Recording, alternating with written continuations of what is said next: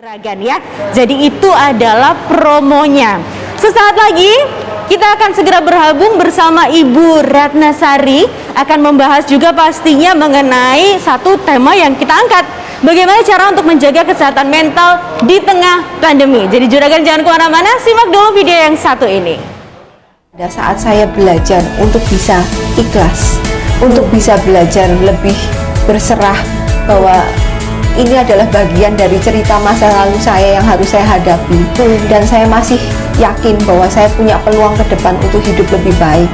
Di situ saya belajar, saya bisa bangkit. Saya belajar untuk bisa forgiveness kepada setiap orang yang pernah mungkin melukai saya.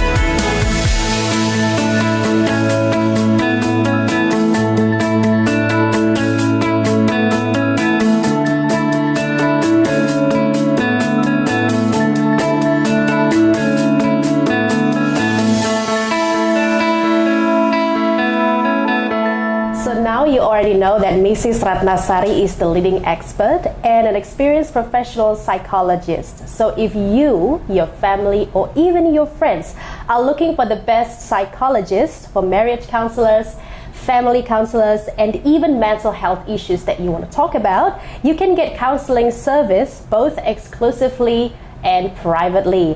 Go to our website at www.ratnasaripsikolog.com and also follow our Instagram at Erta Mentari Psikolog.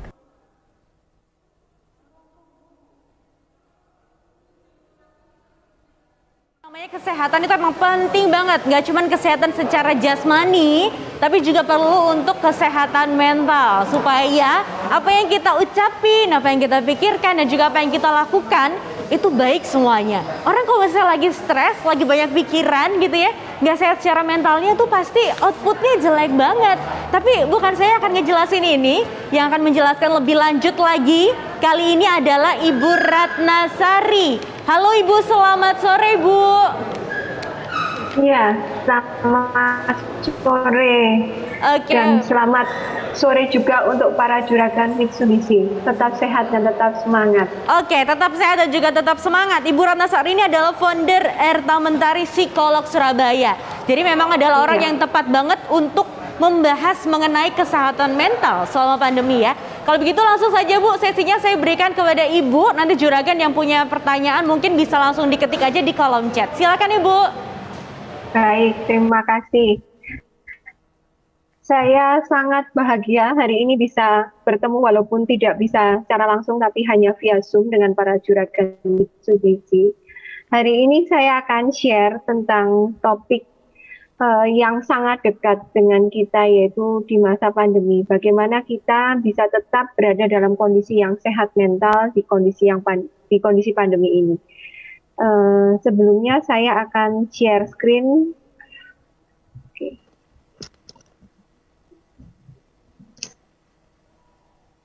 Oke, apakah screen saya bisa terlihat?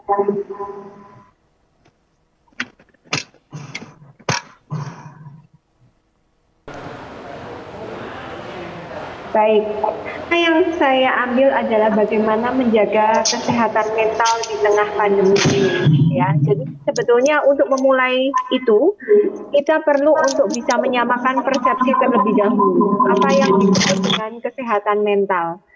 Ya, dari sini yang saya maksudkan kesehatan mental adalah sebuah situasi di mana batin kita berada dalam kondisi yang damai. Artinya pada saat kondisi batin kita dalam kondisi yang damai, kita mampu menggunakan potensi dan kemampuan kita untuk bisa menghadapi tantangan hidup dan menjalin relasi yang positif dengan orang-orang di sekeliling kita. Nah, ini menjadi pagar bahwa kita akan membahas kesehatan mental dari sudut pandang yang ini. Lalu kalau kita berbicara tentang pandemi, sebetulnya stres apa saja sih yang kemudian muncul di kondisi pandemi COVID ini? Nah, ini saya mendapatkan data dari WHO 2019 bahwa bentuk stres yang muncul selama pandemi COVID ini adalah antara lain adalah kecemasan, terutama kaitan dengan kesehatan. Saya rasa topik ini sangat hangat sampai dengan hari ini, bahkan beberapa saat lalu saat kita masih dalam kondisi PPKM level 4 gitu ya, semua begitu khawatir karena bahkan fasilitas kesehatan ataupun kita yang sudah punya asuransi sekalipun seringkali justru tidak bisa memanfaatkannya karena memang keterbatasan fasilitas kesehatan. Seperti itu. Jadi mulai timbul adanya kecemasan dalam diri kita kaitan dengan kesehatan baik dalam untuk diri kita sendiri ataupun dengan orang-orang yang kita sayangi. Karena berita duka itu semakin lama justru semakin dekat dengan circle kita. Itu yang membuat kita semakin merasa cemas. Kemudian adanya perubahan pola tidur.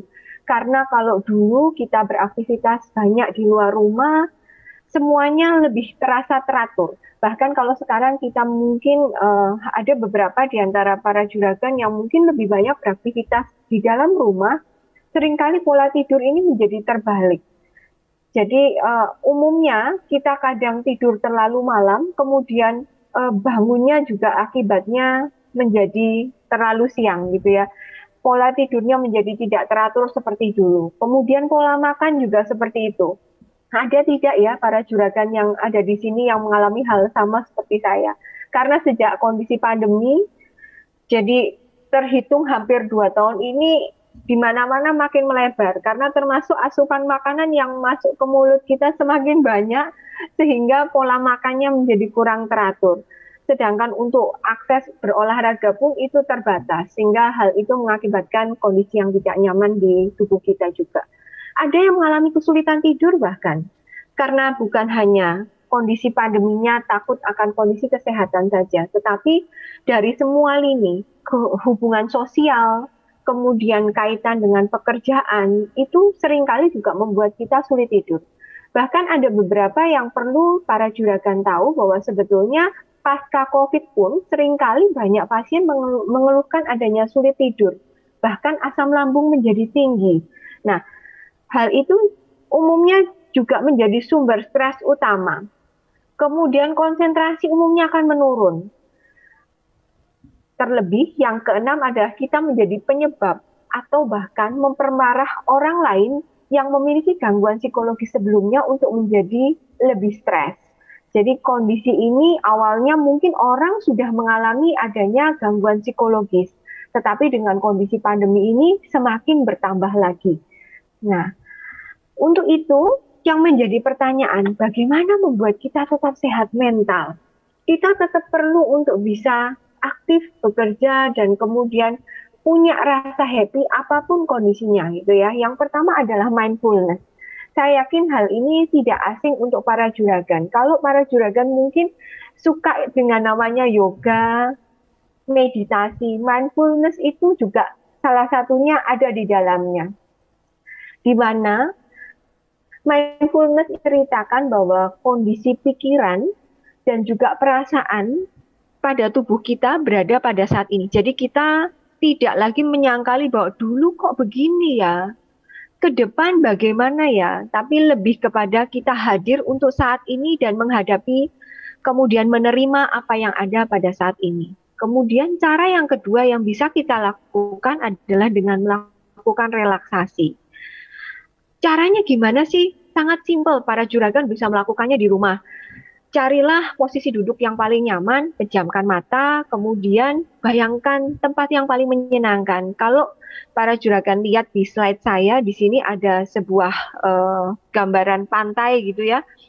Bayangkan saja misalnya kita berada di sebuah pantai dengan pasir putih yang sangat bersih. air pantai atau laut tersebut sangat jernih, seperti itu. Kita bisa duduk di tepinya, menikmati udara yang semilir. Jadi kita bisa memanfaatkan visual kita, auditori kita, kinestetik kita, kan memvisualisasikan bahwa kita berada di tempat yang paling nyaman yang ingin kita kunjungi. Itu cara relaksasi paling mudah. Memang efeknya hanya sementara atau jangka pendek. Tetapi ini sangat bermanfaat apabila kita dalam kondisi yang stres berat atau dalam kondisi tekanan yang sedang sangat memungkinkan kita untuk tidak bisa kemana-mana atau berpikir tidak bisa berpikir jernih. Maka cara relaksasi ini cara paling mudah, cara paling gampang gitu ya untuk bisa dilakukan. Kemudian yang ketiga adalah kita bisa self-talk. Self-talk seperti arti katanya kita bisa berbicara pada diri kita sendiri. Apa sih tujuannya kalau kita bisa berbicara pada diri sendiri? Biasanya emosi itu dipengaruhi oleh pikiran kita. Saat kita mampu untuk bisa memberikan afirmasi positif ke dalam pikiran kita, maka hal ini akan bisa mengurangi kecemasan kita, menghilangkan persepsi negatif, dan utamanya kita akan mampu kontrol diri yang lebih baik. Itu. Kemudian untuk para juragan yang suka untuk membuat journaling, menulis ataupun mungkin mengetikkan itu di handphone, pakailah metode ini, journaling. Jadi refleksikan perasaan kita dalam bentuk tulisan. Apapun itu yang terjadi sehari ini, ketidaknyamanan, rasa happy yang mungkin muncul, cobalah untuk dituliskannya. Karena kita percaya dengan metode menulis, kita sebetulnya belajar dua kali untuk meresapi apa yang terjadi dalam diri kita dan kita berusaha untuk keluar dari situasi itu dengan lebih cepat atau lebih mudah. Kemudian yang selanjutnya adalah sisi spiritualisme. Jadi di mana kita belajar untuk bersyukur. Masih menikmati rasa nikmat bahwa kita dekat dengan keluarga, bisa dekat dengan orang yang kita kasihi. Sedangkan mungkin kalau kondisi pandemi ini tidak ada, mungkin kita tidak punya waktu untuk mereka karena kita sibuk dengan pekerjaan kita. Tapi di sisi ini lihatlah sisi positifnya bahwa kita masih punya begitu banyak jeda untuk kemudian bisa bercengkrama bersama mereka. Begitu. Kemudian yang selanjutnya adalah cobalah untuk mematuhi protokol kesehatan. Saya yakin kalau ini adalah himbauan dari semua orang gitu ya. Kita harus taat pada protokol kesehatan. Nah, bentuk protokol kesehatan seperti apa? Saya tidak menjelaskan karena saya yakin para juragan sangat paham dengan kondisi itu. Hal lain yang perlu dilakukan adalah berolahraga. Kalau kita tidak diizinkan untuk melakukan olahraga di luar, cobalah minimal 20 menit untuk melakukan stretching. Kalau mungkin juragan nanti punya waktu, cobalah akses ada relaksasi otot Erta Mentari. Para juragan bisa melihat ada video yang saya buat untuk melakukan relaksasi otot. Ini bisa menjadi bukan pengganti 100% olahraga, tapi minimal kita bisa menggerakkan otot-otot kita. Karena sebetulnya stretching atau pergerakan otot itu mampu menurunkan hormon kortisol, di mana hormon kortisol sendiri ini adalah pemicu stres. Sehingga harapannya pada saat kita berolahraga, kita akan menumbuhkan endorfinnya kita untuk bisa menstabilkan suasana hati. Dan utamanya supaya hormon bahagia kita bisa terstimulasi untuk membuat kita lebih bahagia setiap hari. Begitu. Kemudian apalagi? Ini sebetulnya ada dalam self-talk, yaitu berpikir positif. Kenapa kita perlu untuk melakukan berpikir positif? Karena dengan berpikir positif, kita sebetulnya sedang melakukan law of attraction, di mana kita berharap pada saat kita berpikir hal-hal yang positif dan mengembangkan kita, maka akan ada feedback positif pula untuk diri kita. Karena di hukum law attraction yang kita pelajari dalam psikologi, hukum law of attraction ini cerita bahwa pada saat kita mampu untuk bisa menggambarkan situasi kehidupan kita dengan lebih positif, maka itu yang akan terjadi. Tapi sebaliknya, pada saat kita miss, maka biasanya kondisi pesimis itu yang kemudian akan membuat kita justru jatuh semakin ke dalam keterpurukan kita. Ya, kemudian selanjutnya adalah jangan lupa untuk kita bisa tetap terhubung pada social support kita. Kalau kita tidak bisa bertemu, lalu bagaimana caranya? Tentunya kita masih punya media. Salah satunya seperti hari ini, kita berada di media Zoom ini juga merupakan salah satu media untuk kita bisa terhubung secara sosial dengan orang-orang yang dekat atau mungkin dalam lingkungan pekerjaan kita, orang-orang yang kita kasihi, atau apapun itu. Jadi jangan hilangkan itu, walaupun hanya sekedar video call, Zoom, atau mungkin chat. Lakukanlah itu untuk membuat Anda tetap sehat secara mental. Karena kita makhluk sosial, dan usia-usia kita adalah usia produktif, di mana usia produktif di Indonesia dikatakan sampai usia 65 tahun, sehingga kalau kita pada usia ini tidak beraktivitas, biasanya itu akan menimbulkan stres yang makin menjadi-jadi. Gitu. Kemudian apabila langkah-langkah di atas sudah coba dilakukan oleh para juragan dan masih timbul ketidaknyamanan, maka carilah profesional untuk mendapatkan bantuan. Itu adalah cara-cara yang bisa untuk bisa tetap sehat mental. Ya. Kemudian kalau dikatakan di area pekerjaan atau mungkin adaptasi di bidang kerja, apa saja sih yang perlu kita lakukan di area atau di kondisi pandemi ini? Yang pertama adalah lakukan kontrol diri. Kenapa kontrol diri? Karena sebetulnya dengan mengembangkan kontrol diri, kita akan membentuk sebuah kebiasaan baru untuk menghadapi dunia baru. Jadi kita ada dalam kondisi yang saat ini dan hari ini, bukan yang kemarin gitu. Jadi dengan adanya kontrol diri yang baik, itu juga membuat kita ada dalam kondisi yang tadi dikatakan mindfulness. Kemudian tumbuhkanlah kesabaran. Karena kenapa? Kesabaran ini perlu dibentuk. Karena kita terbiasa dengan pola umum kita ketemu setiap hari dengan orang-orang yang biasa bekerja sama dengan kita, tetapi sekarang harus terhalang karena kita harus melalui media begitu. Jadi terpisah dengan individu lain itu juga butuh yang namanya rasa sabar. Karena bisa jadi kalau kita ketemu kita bisa instruksi langsung, kita bisa ungkapkan ketidaknyamanan, berekspresi tanpa membuat persepsi ganda gitu ya. Tapi kadang-kadang dengan media persepsi-persepsi itu muncul. Jadi kita harus hati-hati dan harus lebih sabar supaya tidak terjadi perbedaan pandang yang justru mengakibatkan permasalahan tidak selesai namun melebar kemana-mana. Ya. Kemudian yang ketiga adalah bersyukur.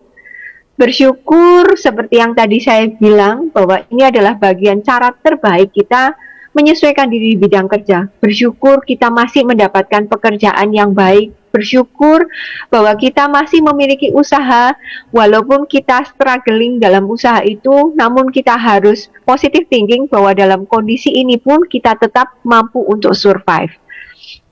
Kemudian ajaklah juga para pegawai kita untuk bersyukur, bahwa pada saat mereka bersyukur, mereka tidak akan kemudian membandingkan dengan kondisi yang lama, ataupun membandingkan dengan kondisi rekan-rekan yang lain di tempat yang lain. Karena itu mengakibatkan adanya gap dan ketidakpuasan. Tetapi rasa bersyukur itu kita nikmati apa yang melekat pada diri kita sehingga kita bisa memanfaatkan itu untuk pengembangan diri kita. Kemudian tadi tetap terhubung dengan komunitas sosial di lingkungan kerja, positive reframing yang artinya bahwa kita harus berusaha untuk mencari sisi positif dari semua hal yang nampak negatif sekalipun. Tujuannya apa sih? Untuk menciptakan peluang dengan adanya keterbatasan yang ada. Jadi cobalah mencari sisi positif dari semua hal negatif yang ada untuk bisa menciptakan peluang. Kemudian selanjutnya adalah berserah. Kenapa tidak pasrah? Karena kalau pasrah Anda tidak melakukan apa-apa para juragan. Tapi saya yakin Anda berserah. Berserah berarti bahwa Anda berusaha dengan maksimal untuk tetap bisa survive, tetapi sisanya kita serahkan pada yang di atas yang memberi berkat, seperti itu. Kemudian ciptakanlah peluang baru. Kalau mengatakan bagaimana menciptakan peluang baru, maka saya yakin para juragan jauh lebih ahli dari saya. Namun saya sedikit akan sharekan bahwa sebetulnya menciptakan peluang baru bagi para pebisnis itu pun banyak hal yang bisa kita raih. Salah satunya adalah dengan mencoba melihat bahwa krisis ini jangan dijadikan sebagai sesuatu hal yang negatif, tapi jadikan krisis ini sebagai katalis untuk dunia bisnis para juragan untuk bertumbuh dan kemudian berkembang menjadi baik lagi dari sebelumnya, gitu ya. Jadi tetap tumbuh, selamat bersama dengan para tim, itu yang paling penting. Kemudian jangan takut terhadap perubahan. Tidak ada satupun lini yang tidak akan berubah. Itu momok, karena perubahan itu sendiri sebetulnya merupakan sesuatu yang menunjukkan atau warning bahwa kita harus berkembang. Itu yang paling penting. Jadi jaga kesehatan mental para juragan dengan menyeimbangkan dan temukanlah dulu untuk menjadi ke kondisi baru. Baik, seperti yang tadi saya katakan, jangan takut pada adanya perubahan, tetapi bertindaklah dengan cepat dan koordinasilah dengan baik dengan tim Anda. Kemudian yang terpenting adalah sebetulnya merangkul tim. Semua dalam kondisi sulit, bukan hanya para juragannya sebetulnya. Para pekerjanya pun berada dalam kondisi yang sulit. Tapi saya yakin para mental juragan yang positif itu akan membawa perubahan yang juga positif pada timnya. Sehingga tindakan cepat, koordinasi, dan merangkul mereka pada sebuah keyakinan tim Anda untuk bisa tetap survive dalam kondisi normal baru ini, ya. Kemudian terbuka, apapun yang kita alami, apalagi untuk para juragan sebagai pemilik usaha, upayakan untuk terbuka kepada tim, agar tim bisa melakukan empati apa ya perusahaan ini atau pekerjaan yang mereka geluti tetap bisa tumbuh dan berkembang sekalipun dalam kondisi yang sulit. Jadi mereka tidak hanya memberikan tuntutan, tetapi mereka mencoba untuk memahami. Kemudian identifikasi ancaman dan jadikan itu sebagai peluang. Kadangkala kita melihat bahwa sebetulnya setiap ancaman kita takut, bahwa ancaman itu membuat kita seringkali mundur berlangkah-langkah karena merasa tidak nyaman dengan adanya hal-hal yang baru atau ancaman itu sendiri. Tapi lihatlah dalam kondisi normal baru ini kita pun mampu loh untuk menjadikan ancaman itu sebagai peluang. Karena banyaknya orang yang tidak berada dalam kondisi sehat mental, itu justru membuat peluang untuk bisa growth dengan cepat. Walaupun kemudian pada saat para juragan membuat kebijakan untuk tim, pastikan bahwa sertakan juga tools untuk merespon krisis supaya mereka nggak stres. Ibaratnya itu kalau kita ke anak itu, kalau kita mengatakan jangan main handphone ya gitu ya, tapi kita tidak memberikan solusi, itu sama dengan sebetulnya kita menciptakan masalah baru. Karena kalau kita melarang mereka melakukan sesuatu atau mengharuskan mereka melakukan sesuatu, maka berikanlah solusi. Apa yang mereka lakukan, apa yang harus mereka lakukan. Jadi ibaratnya tadi saya contohkan, kalau mereka tidak boleh main handphone, maka apa yang kita bisa berikan? Maka kita coba untuk ajak mereka bermain dengan permainan lain, sehingga waktu yang mereka miliki bisa teralihkan. Sebetulnya kepada para pekerja kita pun sama. Kita perlu untuk mengalihkan, perlu untuk bisa memberikan tools untuk pada saat mereka menghadapi krisis, terutama mungkin di area marketing gitu ya. Kalau ditolak, gimana sih yang harus dilakukan? Mereka butuh ilmu-ilmu itu dari para juraganya yang jauh lebih ahli, supaya mereka dalam kondisi di lapangan mereka jauh lebih siap. Dan evaluasi, jadi sering-seringlah melakukan evaluasi bersama dengan mereka supaya mereka pun memahami dan kemudian merasa bahwa setiap tindakan yang mereka lakukan, para juraganya care dengan apa yang harus mereka lakukan, sehingga mereka tidak merasa sendirian berjalan dan memperjuangkan era normal baru ini. Mungkin itu dari saya yang bisa saya sampaikan, bagaimana kita tetap sehat mental.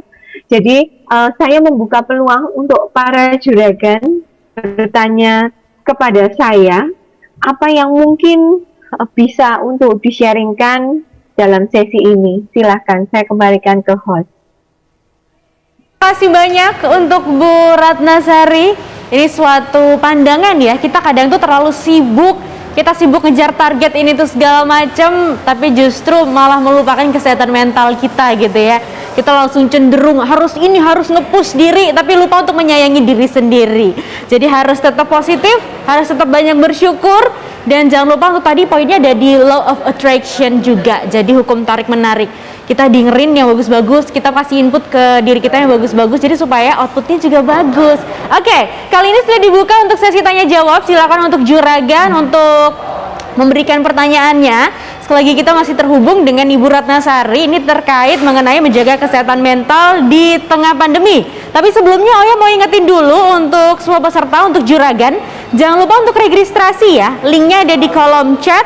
Jadi setelah juragan registrasi itu artinya juragan bisa untuk ikut undian berhadiah yang hadiahnya luar biasa, oke? Jadi langsung segera registrasi sekarang juga, oke? Sudah ada satu pertanyaan yang masuk nih, Ibu Ratna, ini datangnya dari Bu Wiwi DWK Palangkaraya. Pertanyaannya adalah begini Bu, bagaimana cara mengatasi rasa cemas untuk pelaku usaha dalam masa pandemi saat ini? Silakan untuk Bu Ratna. Iya, saya rasa pelaku usaha itu juga termasuk yang mengalami kecemasan jauh lebih besar daripada para pegawai gitu ya. Dan bagaimana cara mengatasinya? Salah satunya adalah seperti yang tadi saya katakan, untuk berusaha melihat bahwa kondisi krisis ini jangan dijadikan sebagai hal yang negatif. Kita berusaha untuk positif reframing, di mana kita berusaha mencari sisi positif dari kondisi yang negatif yang sekarang ini ada, untuk bisa menciptakan peluang baru. Dan memang kita harus cepat untuk bertindak sehingga kita tidak terjerumus ke dalam ketidaknyamanan itu terlalu lama. Utamanya bahwa kita menjadikan kondisi krisis ini untuk dunia bisnis kita semua itu sebagai bentuk tantangan, bahwa kita sebetulnya dipaksa untuk bertumbuh dan kemudian berkembang untuk bisa selamat bersama dengan kondisi pandemi ini. Karena kan pandemi adalah situasi yang tidak bisa dikontrol oleh kita, tapi kita mampu untuk bisa mengatasinya kalau kita melihat bahwa kondisi krisis ini sebagai suatu peluang bagi kita untuk bisa bertumbuh dan berkembang bersama, begitu. Oke, benar. Berarti harus dijadikan sebuah challenge Bu ya, jangan jadi penghambat tapi sebuah tantangan. Kadang benar nggak sih Bu? Kadang tuh yang justru bikin kita panik atau cemas itu karena kita yang overthinking. Kita mikirin hal yang belum tentu kejadian ya kan? Justru kita takut-takutin diri kita sendiri, jadi mau ngapa-ngapain udah takut duluan. Padahal itu belum tentu terjadi gitu ya. Betul, itu yang paling utama yang sering kali terjadi pada kita, sehingga kita lupa. Oke, siap. Bu, kita geser ke pertanyaan selanjutnya. Kali ini datang dari MBM Sampit. Pertanyaannya adalah bagaimana cara beradaptasi di tempat kerja bagi orang yang introvert? Bagaimana ini, Bu? Untuk orang introvert yang cenderung emang lebih menutup diri gitu ya? Iya, sebetulnya memang orang ekstrovert akan lebih mudah untuk menyesuaikan diri, tapi bukan berarti bahwa orang introvert tidak memiliki kemampuan untuk itu. Jadi orang introvert biasanya mereka akan lebih mudah melakukan penyesuaian diri pada saat ada orang yang memulai untuk mendekati. Jadi mereka itu adalah tipe orang yang kalau ada stimulasi baru mereka akan memulai. Tapi kalau tidak diberikan stimulasi, maka biasanya mereka akan menganggap belum ada peluang dan tidak berani untuk memulai. Sehingga untuk membuat mereka mudah menyesuaikan diri di lingkungan kerja, ajak mereka berbicara terlebih dahulu. Biasanya mereka akan lebih mudah untuk berkembang. Seperti itu. Oke. Dan tanyakanlah ide-idenya. Tapi untuk si orang introvertnya sendiri Bu, apa yang harus mereka lakukan? Kalau mereka aku adalah seorang introvert, aku harus beradaptasi dengan cara apa ya supaya lebih nyaman di tempat kerja yang baru itu? Iya. Orang introvert pun sebetulnya tidak 100% introvert. Mereka pasti tetap punya kemampuan untuk bisa mengutarakan. Jadi sesuai dengan apa yang menjadi job desk-nya, biasanya kita akan memakai diri kita yang introvert ini untuk belajar mengungkapkan. Misalnya dalam sebuah meeting, kalau kita tidak diminta untuk berbicara, maka kita berusaha memberanikan diri untuk bertanya sesuatu atau mengungkapkan apa yang menjadi ide kita. Karena umumnya orang introvert biasanya mereka adalah pengamat. Jadi siapa tahu ide mereka jauh lebih banyak karena mereka suka mengamati. Jadi harus berani ya Bu ya, kuncinya berani dulu. Bu Ratna, kita geser ke pertanyaan selanjutnya. Ini pertanyaannya dari Palangkaraya Bu, dari MBM SPV Yanitara. Pertanyaannya adalah, terhadap perubahan dikatakan tidak mengalami stres adalah ketika terhadap perubahan kita dapat menyesuaikan diri dalam jangka waktu berapa lama? Ya. Umumnya orang bisa dikatakan berada dalam kondisi gangguan itu setelah 6 bulan. Dia tidak bisa menyesuaikan diri, maka bisa dikatakan ini adalah gangguan. Seperti itu. Tapi umumnya kalau di tempat kerja jangan sampai dong 6 bulan, kelamaan gitu ya. Karena kan para juraganya bisa stres nih kalau 6 bulan gitu ya. Nah ini biasanya patokannya adalah kita lihat 3 minggu awal. Kita harus sudah bisa survive. Jadi harus segera untuk ini ya Bu ya, mencari cara beradaptasi dengan cepat. Kemudian kalau misalnya emang ternyata kesulitan, mencari bantuan gitu Bu ya, supaya segera keluar dari zona itu. Baik, sebenarnya masih ada pertanyaan lain Bu, tapi karena keterbatasan waktu, jadi kita harus cut. Mohon maaf untuk juragan-juragan. Mungkin kalau punya pertanyaan lebih lanjut, bisa langsung untuk kontak private atau direct kepada Ibu Ratnasari. Kurang lebih seperti itu. Terima kasih banyak untuk Bu Ratnasari. Semoga sehat selalu, sukses selalu Bu. Sampai jumpa kembali. Ya, terima kasih. Selamat sore para juragan. Selamat sore. Juragan. Sudah sesi